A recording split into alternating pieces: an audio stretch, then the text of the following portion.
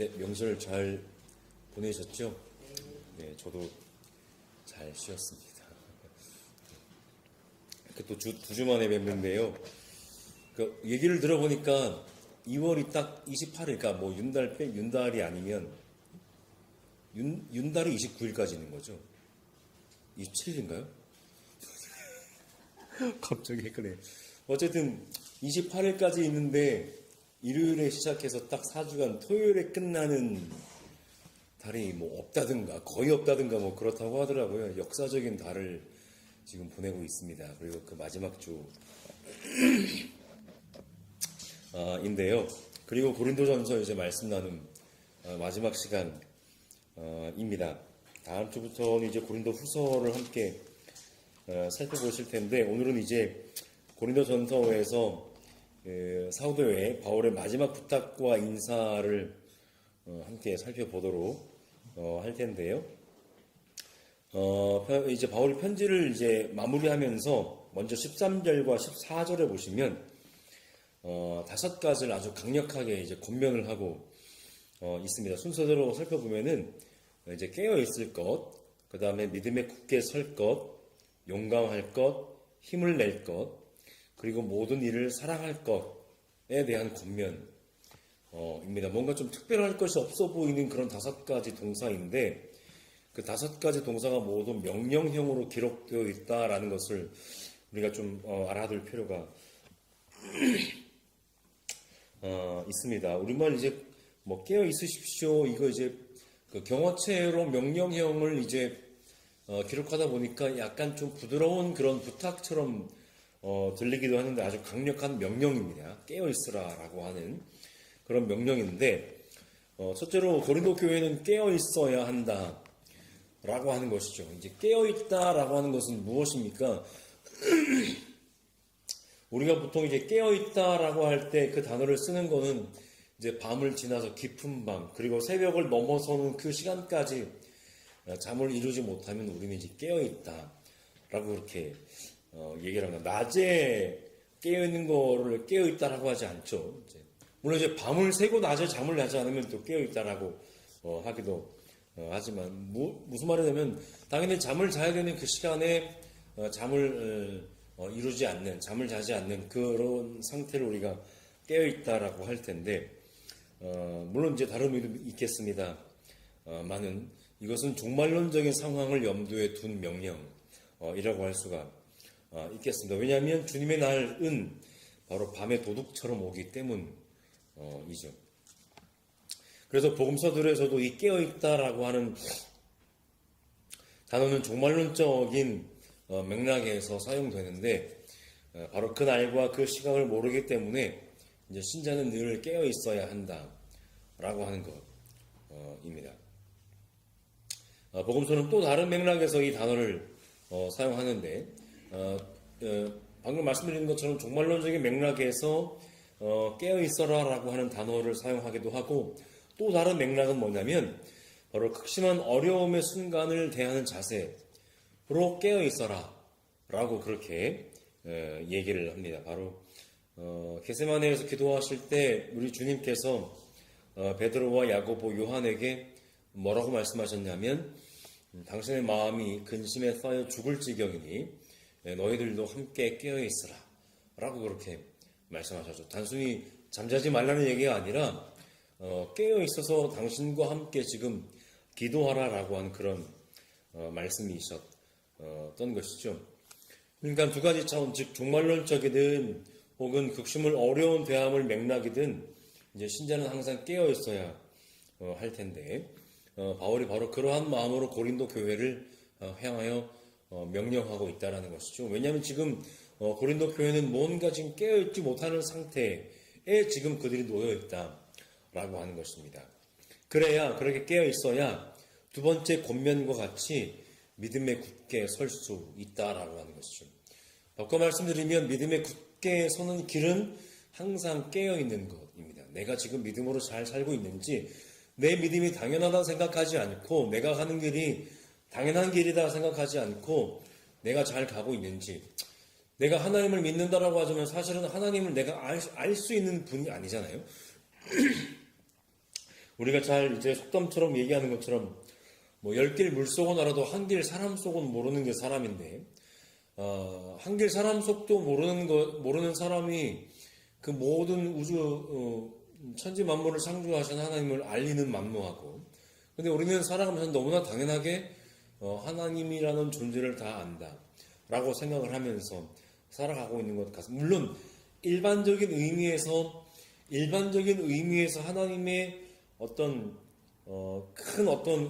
일반적인 의미에서 뜻, 하나님이라면 이런 뜻을 가지고 계실 것 같아 라고 하는 것을 우리는 그래도 대략적으로나마 알 수 있습니다. 왜냐하면 그분이 아무리 뭐 신비에 쌓인 하나님이라고 해도 큰 의미에서 그분이 생명의 하나님이고 사랑의 하나님이고 정의의 하나님이고 공의의 하나님이라고 하는 것을 우리가 알고 있기 때문에, 그런 차원에서는 우리가 하나님의 뜻을 어느 정도 더듬여 살피면서 알아갈 수 있지만, 그러나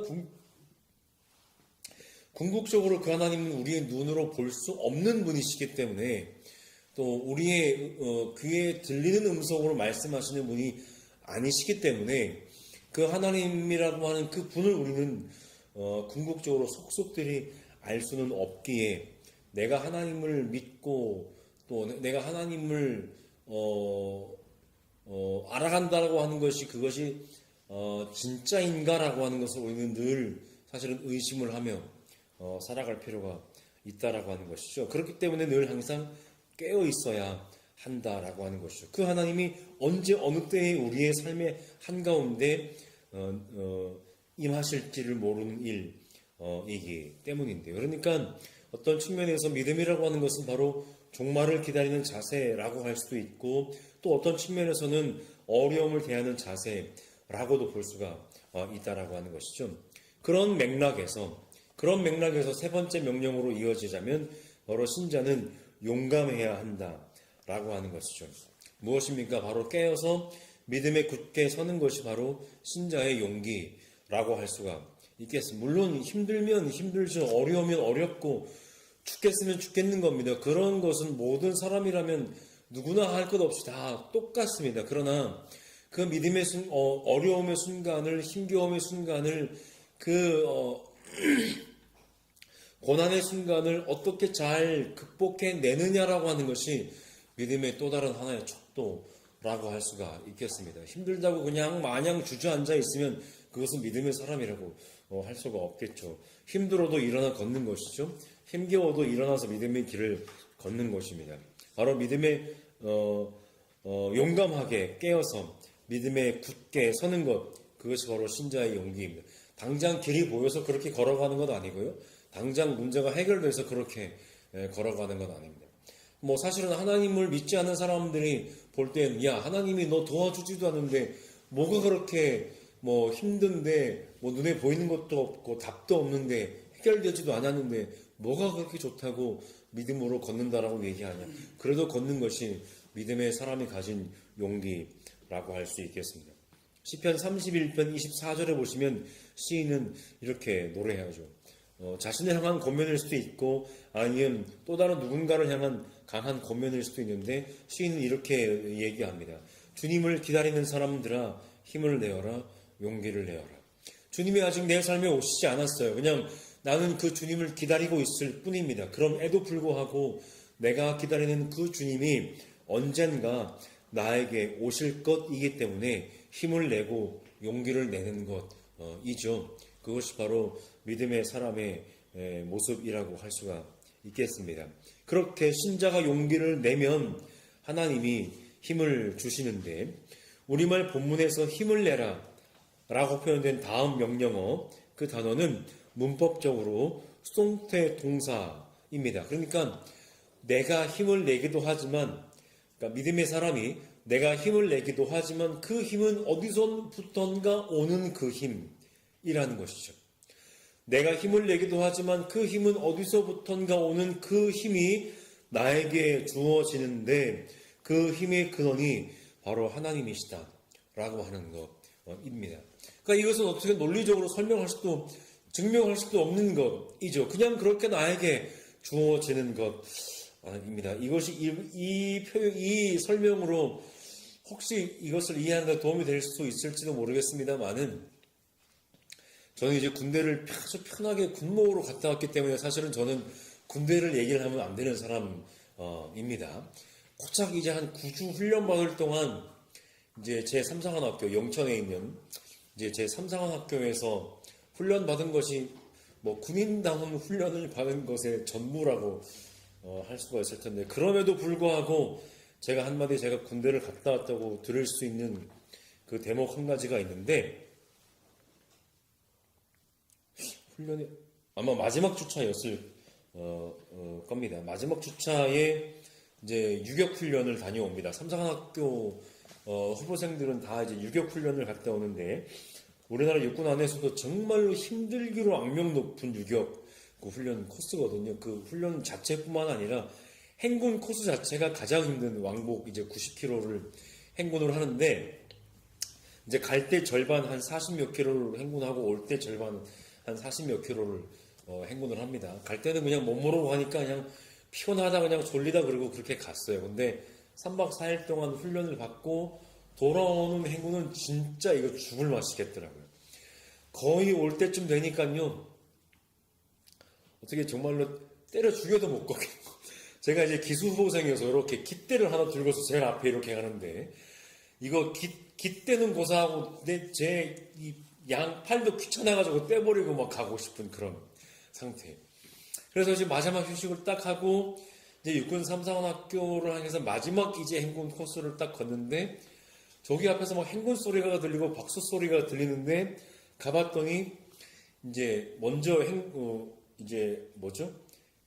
유격 훈련을 받은 이제 다른 과정 뭐 어떤 과정인지 모르겠는데 뭐 의무 후보생도 있고 다른 이제 과정 후보생들도 있으니까 그 이제 후보생들이 막 이렇게 도열해가지고 막 함성하면서 박수를 치면서 이 군종사관 후보생들을 이제 맞이해 주는데요. 그때부터 힘이 생기기 시작하는데요. 어디서부터 힘이 생기는지 모르겠는데 이거는 걷는 게 아니라 뛰어도 되고 날아갈 수도 있을 만한 그런 힘이 생기더라고요. 그래서 마지막 이제 행군을 하고 이제 뭐죠? 이제 그 생활관에 돌아가서 이거 죽겠다고 이제 머리를 누웠던 그런 마지막 순간에 그 힘이 어디서 생겼는지 저는 모르겠습니다. 근데 이제 굳이 비유적으로 설명을 드리자면 제가 얼마 전에 말씀을 드렸지만 어떤 하나님과 그분의 어떤 하시는 것들에 대해서 우리가 설명할 수 있는 풍성한 설명의 방법 중에 하나가 비유가 있을 수도 있고 은유가 있을 수도 있다라고 말씀을 드렸는데 그 순간 어디에서 힘이 저에게 생겼는지 모르겠습니다만은 그 힘이 나에게 주어져서 그 마지막 걸음을 그렇게 걸을 수가 있었다라고 하는 것이죠. 그러니까 오늘 굳이 말씀을 드려보자면 주님을 기다리는 사람들에게 하나님이 힘을 주시는 방법과 통로가 참 다양할 수가 있다라고 하는 것이죠. 그것이 하나님이 나에게 주어주시는 힘이 나에게 주어질 때 그것이 뭐 육체의 힘일 수도 있고 아니면 마음의 힘일 수도 있고 아니면 영혼의 힘일 수도 있는데 그런 힘들이 나에게 주어져서 내가 그 힘겨움의 순간을 이겨낼 수 있도록 도와주신다라고 하는 것이죠. 그러니 하나님이 나에게 힘을 주신다는 것을 믿고 아이고 나는 더 이상 못하겠다 그렇게 주저앉지 말라는 것이죠. 아이고 나는 더 이상 나는 더 이상 여기서 더 이상 못 나가겠다 이것이 아니라 계속해서 어쨌든 한번 힘을 내보라 라고 하는 것 시편 시인의 노래였고 고린도 교회를 향한 바울의 명령이다 라고 하는 것이죠. 그래서 에베소서 3장 16절도 하나님이 도우시고 힘을 주신다 라고 하는 것을 이렇게 얘기합니다. 아버지께서 그분의 영광의 풍성하심을 따라 그분의 성령을 통하여 여러분의 속사람을 능력으로 강건하게 하여 주실 것입니다. 라고 해요. 그리고 마지막 명령을 바울이 하는데 모든 일을 사랑으로 하라 라고 바울은 다시 한번 강조합니다.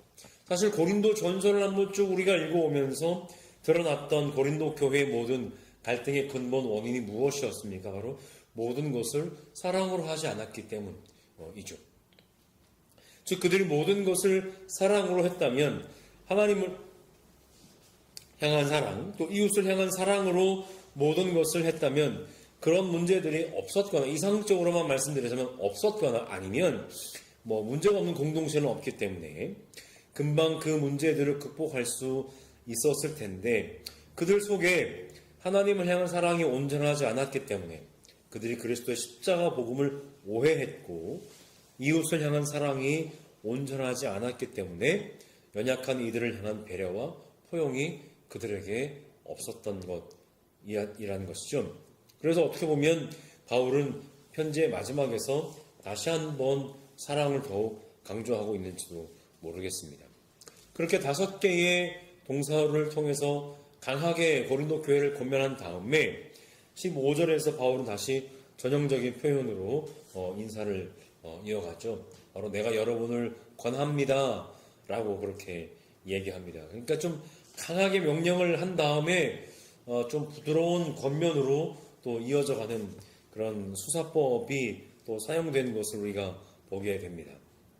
바울이 권한 것은 무엇인가요? 바로 고린도 교회가 스데바나의 가정 사람들에게 순종하면서 그들과 더불어 일하는 모든 사람들에게 순종하라라는 것이죠. 그러니까 어떻게 보면 바울이 좀 인간적으로도 이렇게 좀 언어의 어떤 강함과 약함을 좀 반복적으로 사용하면서 본인이 하고 싶었던 말에 있어서는 아주 강력하게 명령을 쓰지만, 이제 뭔가 또 다른 사람을 좀 잘 좀 봐달라라고 얘기를 할 때는 이렇게 좀 권유형, 어떤 청유형의 형태의 표현을 써가면서 어떻게 보면 이런 표현이 좀 적절할지 모르겠지만 고린도 교회를 좀 들었다 놨다 하는 것이죠. 좀 부드러운 표현으로 스테바나라고 하는 사람과 또 다른 교회를 위해서 수고하는 모든 사람들을 위한 부탁, 그들에게 순종하십시오 라고 하는 부탁을 바울이 이어가고 있는 것이죠. 고린도전서 1장 16절에 보시면 스테바나라고 하는 사람은 어떤 사람이었냐면 바울이 세례를 준 사람들 가운데 한 사람이었습니다. 그러니까 조금 색안경 끼고 보면 바울이 자기 사람 챙기는 거 아니야? 라고 얘기할 수 있지만, 어쨌든 지금 바울은 자신이 그리스도의 십자가의 복음을 전하는 것이 복음의 정수라고 얘기했고, 그런 측면에서 지금 자신이 전한 복음의 소위 노선, 그 복음의 노선 안에서 행하고 있는 사람들이 올바른 복음의 구도자들이라고 얘기를 했고, 또 실제로 우리가 그렇게 생각을 해도 무방하기 때문에 지금 올바른 복음의 어떤 원리에 따라서 교회를 향해서, 교회를 위해서 수고하는 이들을 향한 부탁을 지금 바울이 하고 있는 것이기 때문에, 그래서 아마도 어떻게 보면 그 외에 바울과 스테바나와 더불어 복음에 수고하는 사람들도 그런 사람들의 부류라고 볼 수가 있을 것 같습니다. 그리고 어떻게 보면 또 한 가지, 지금 막 교회 갈등 상황에서 바울과 고린도 교회 전체는 아니겠지만 고린도 교회 내부의 그런 갈등 상황에서 어떻게 보면 바울이 생각했을 때 스테바나는 그 갈등을 잘 중재할 수 있는 어떤 복음의 어떤 능력으로 갈등을 잘 중재할 수 있는 그런 사람으로 그렇게 이해가 됐던 것 같기도 합니다. 하지만 무엇보다 중요한 것은 바울이 얘기하는 표현을 우리가 잘 눈여겨볼 필요가 있는데, 그 스테바나 가정이 아가야, 즉 고린도 교회를 얘기하겠죠. 고린도 교회에서 맺은 첫 열매였고 성도들을 섬기는 일에 몸을 바친 가정이라는 것입니다. 이것이 중요한 것이죠. 그들이 교회의 첫 열매, 복음의 첫 열매, 그리고 성도들을 섬기는 일에, 헌신하는 일에 아주 몸을 바친 가정이라고 할 수가 있겠습니다.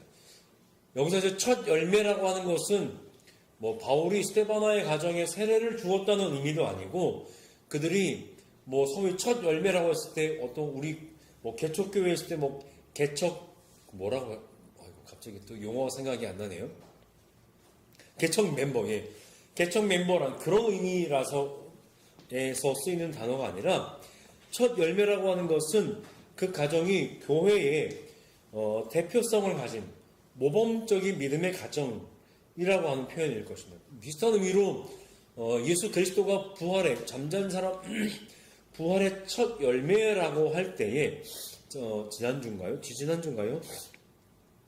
말씀드렸던 것처럼 그 첫 열매라고 하는 단어 의미 속에는 시간적인 의미의 순서도 있지만 그것보다는 바로 그 부활이라고 하는 그 열매의 대표성을 띈 분으로서 예수 그리스도가 우리의 부활의 첫 열매라고 말씀을 드렸었는데, 바로 그들이 고린도 교회의 첫 열매라고 하는 것은 바로 고린도 교회의 어떤 대표성을 띤 어떤 모범적인 어떤 가정, 믿음의 모범, 어떤 신앙의 모범을 가진 그런 사람들이기 때문에 지금 바울이 스데바나와 그 가정 사람들에게 순종하라라고 그렇게 얘기를 하고 있는 것이죠. 이렇게 사는 것이 믿음의 삶이다 라고 하는 얘기일 것입니다.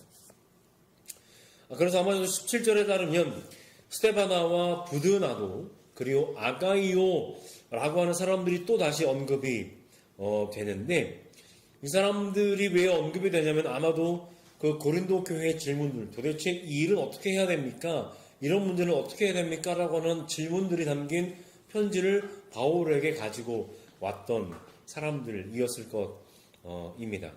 이 부드나고와 아가이오에 대해서 우리는 여기에서 말고는 전혀 언급이 되고 있지 않거든요. 그래서 뭐 더 이상 알 길은 없습니다만, 한 가지 확실했던 건 그들의 방문이 바울에게는 큰 기쁨의 소식이었다라고 하는 것이죠. 바울이 고린도 교회를 직접 방문하지 못하는 아쉬움을 그들의 방문으로 좀 아쉽지만 달랠 수 있었고, 또 그들의 방문은 바울에게 뿐만이 아니라 고린도 교인들의 마음에도 생기를 불어넣어주는 그런 방문이었다라고 바울이 그렇게 그들의 방문을, 또 그들의 어떤 활약을 칭찬하면서 그들의 역할을 다시 한번 고린도 교회에 다시 한번 각인시켜주는 그러한 표현을 지금 다시 한번 적어놓고 있습니다. 그렇게 어쨌든 5개의 명령, 그 다음에 고린도 교회의 어떤 부탁, 스데바나와 몇몇 사람들에 대한 어떤 부탁, 그리고 그 스데바나와 세 사람이 바울을 방문해서 고린도 교회에 문제가 되었던 질문을 적은 편지를 전달해 준 것에 대한 어떤 바울의 어떤 기쁨. 여러분들이 그래도 그 질문들을 지금 이 사람을 통해서 나에게 하고 있다는 것이 나에게 내 마음에 생기를 불어넣어 줍니다 라고 얘기를 하면서 다시 한번 고린도 교회와 자신의 관계 속에 뭔가 좀 부드럽게 해주는 그런 언급들을 하고 있는 것을 우리가 보게 됩니다. 그래서 이제 바울이 고린도 교회에 안부를 전하게 되죠. 바울은 그 안부를 전하는데 그냥 자신의 안부만 전하면 될 것을 19절과 20절에 보시면 이렇게 표현을 합니다. 아시아에 있는 교회들 아굴라와 브리스가와 그 집에 모이는 교회, 더 나아가 모든 형제자매들의 안부를 그 고린도 교회에 전합니다.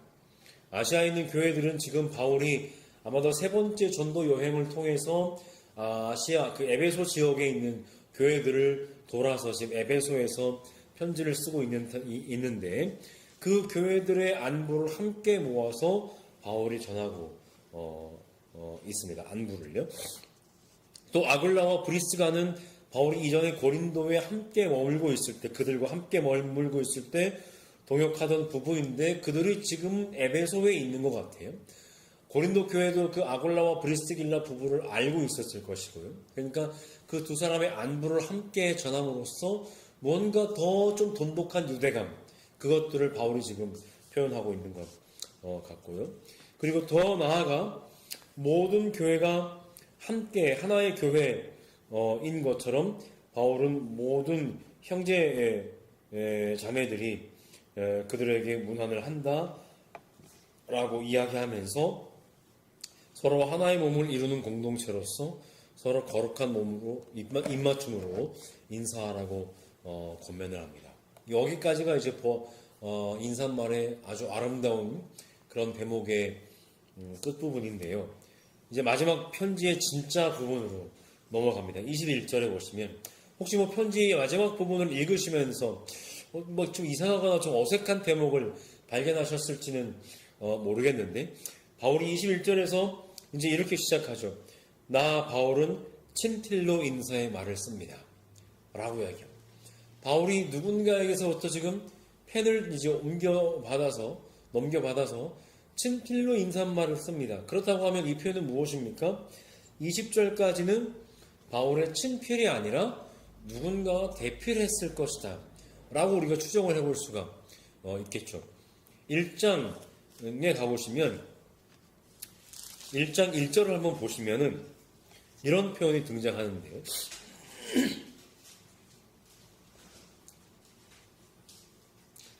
1장 1절과 2절 전반절까지를 보시면 편지가 이렇게 시작합니다.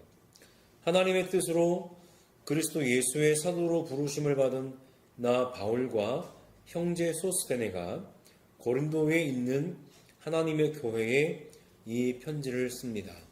라고 하는 말로 편지가 시작하죠. 그러니까 아마도 이 바울의 편지를 바울이 구술해 줄 때 이 바울의 편지를 대필했던 사람이 바로 인사말에 등장하는 소스테네였을 것이다 라고 우리가 추정을 해볼 수가 있겠습니다. 그러니까 1장 1절부터 16장 20절까지는 좀 투박하게 말씀드리면 소스테네가 바울의 만류를 이렇게 쭉 대필을 했을 것입니다. 이거 이렇게 한번 따져보면 막 편지의 중간중간 막 바울의 감정이 좀 차분해졌다가 막 격해졌다가 막 이렇게 했던 것이 바울이 막 말을 하다가 감정에 북받치거나 아니면 차분해지거나 막 그런 대목을 좀 반영하는 것은 아니었을까 한번 생각을 해보게 되죠. 왜냐하면 그냥 쭉 바울이 글을 썼다면 좀 감정이 우욱해질 때는 좀 가서 좀 물 한 잔 마시고 오든지 해가지고 좀 차분하게 표현을 뭐 퇴고를 하든지 해서 뭐 그 당시에 퇴고가 그렇게 쉽지는 않았겠습니다만은 막 퇴고의 과정을 거치고 해서 좀 일관된 편지의 어떤 톤을 유지할 수가 있었을 텐데 아마도 바울이 이렇게 좀 감정이 또 소스테네도 좀 바울의 감정의 선을 따라서 이렇게 좀 쓰다 보니까 이제 바울이 나름 사고잖아요. 말 토시 하나하나 이제 다 받아 적고자 하는 그런 긴장감 속에 있었을 테니까 그런 바울의 마음이 편지에 다 실려서 기록되어 있지는 않았을까 그냥 상상을 한번 해보는 겁니다. 그렇게 편지를 썼을 것이다 라고 이렇게 생각을 해보는 것이죠. 그런데 이제 바울이 마지막 그 편지의 진짜 마지막에 소스테네로부터 그 펜을 이어받아서 바울이 친필로 편지를 마무리할 때 상상에 한번 나래를 펼쳐보면 다시 한번 좀 감정이 북받쳤던 것은 아니었을까. 그래서 이 편지가 마무리되면 아마도 스테바나의 일행을 통해서 이제 자기의 생각을, 자기의 말을, 자기의 글을 담은 편지가 고린도 교회에 이제 진짜 전달될 것이거든요. 이것은 이제 돌이킬 수 없는 사도의 입장에서도 이것이 고린도 교회에 어떠한 반향을 불러일으킬까 라고 하는 걱정이 분명히 그의 마음속에도 있었을 이거든요. 그래서일까요? 마지막으로 펜을 손에 쥔 그의 첫 마디는 너무나 격한 표현이 등장을 하죠. 주님을 사랑하지 않는 사람에 대한 저주의 말이었습니다. 하지만 여기에서도 그가 강조하려고 했던 것은 누군가에 대한 저주가 아니라 바로 주님에 대한 사랑을 강조하는 것이었을 겁니다. 바로 주 예수 그리스도의 그 십자가의 복음을 늘 기억하라 라고 하는 것이죠. 또 모든 일을 사랑으로 하라는 명령의 항조라고 할 수가 있겠습니다. 왜냐하면 주님은 곧 오실 것이기 때문입니다. 다시 오실 주님이 관심을 가지시는 것은 사랑했느냐 그렇지 않았느냐 라고 하는 것이라는 것이죠. 공생애 가운데 주님은 하나님 사랑과 이웃 사랑이 모든 율법의 근본 정신임을 말씀하셨던 것 우리는 잘 알고 있습니다. 그리고 부활하신 이후에도 베드로를 찾아가셨을 때에도 당신을 사랑하는지를 물어보셨습니다. 그분의 관심은 사랑이라는 것이죠. 바울은 아마도 다시 마음을 가다듬고 마지막 인사를 계속 적었을 것입니다. 신자가 누구보다 사랑해야 할 주 예수의 은혜가 그들과 함께 있기를 빌었을 것이고 그리스도 예수 안에서 그들을 향한 사도의 사랑을 고백하면서 편지를 갈무리합니다. 결론을 맺겠습니다. 고린도 전서를 함께 살펴보셨는데요. 고린도 전서를 통해서 우리는 기원후 1세기 중반에 있었던 한 공동체의 모습을 살펴볼 수가 있었습니다. 편지를 통해 보는 그들의 모습은 어쩌면 우리의 모습과 크게 다를 것이 없었죠. 평화의 복음 위에 세워졌지만 어느 순간 갈등 그리고 그로 인한 분열이 생겼습니다. 예수 그리스도의 십자가와 부활의 복음을 전해 들었지만 부활의 복음에 천착하기보다는 눈에 보이는 다른 은사들에 집착하는 모습도 그들의 모습 속에서 보았습니다.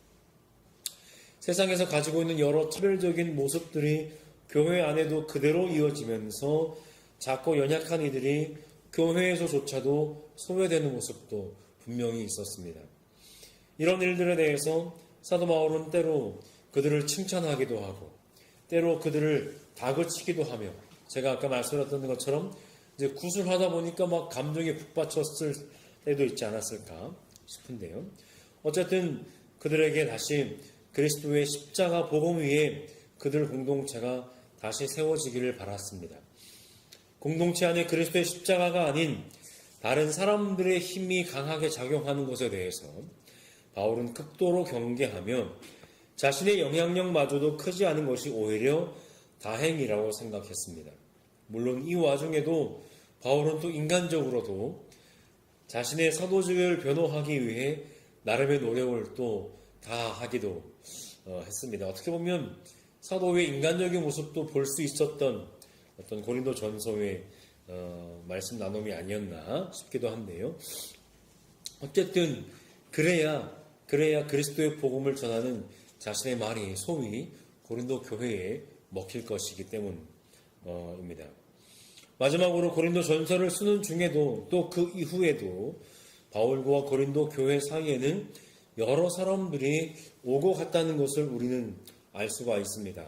고린도 교회의 질문을 담은 편지를 바울에게 가지고 온 이들이 있었고 또 바울은 디모데를 고린도 교회로 보내기도 했습니다. 사도의 계획도 있었지만 또 그것이 여의치 않아서였기 때문에 자신을 대신할 사람을 보냈던 것이죠.